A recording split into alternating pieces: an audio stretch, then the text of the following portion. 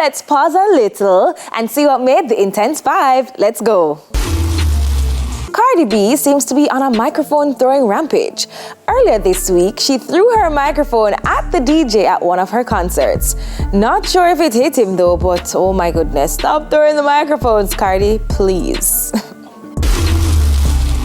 Machel Montano gets the keys to the city of Kingston at Grand Gala.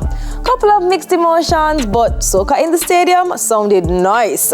Plus, to be honest, Machel is an honorary Jamaican. I mean, come on, we all love Machel.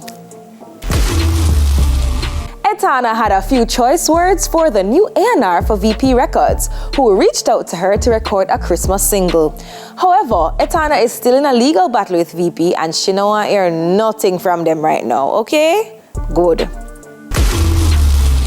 Sierra and Russell are going with a bag of things. Cece is preggers again, and they told the world via IG, of course, loving the love for them both and wishing Sierra a safe delivery.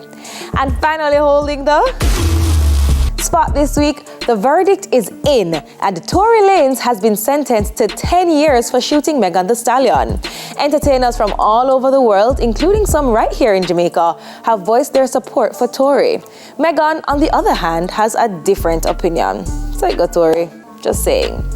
But that's it for the Intense 5. Remember to follow us on IG at TVJ Intense for the latest in entertainment. Up next, Road March, crop over style. We soon forward.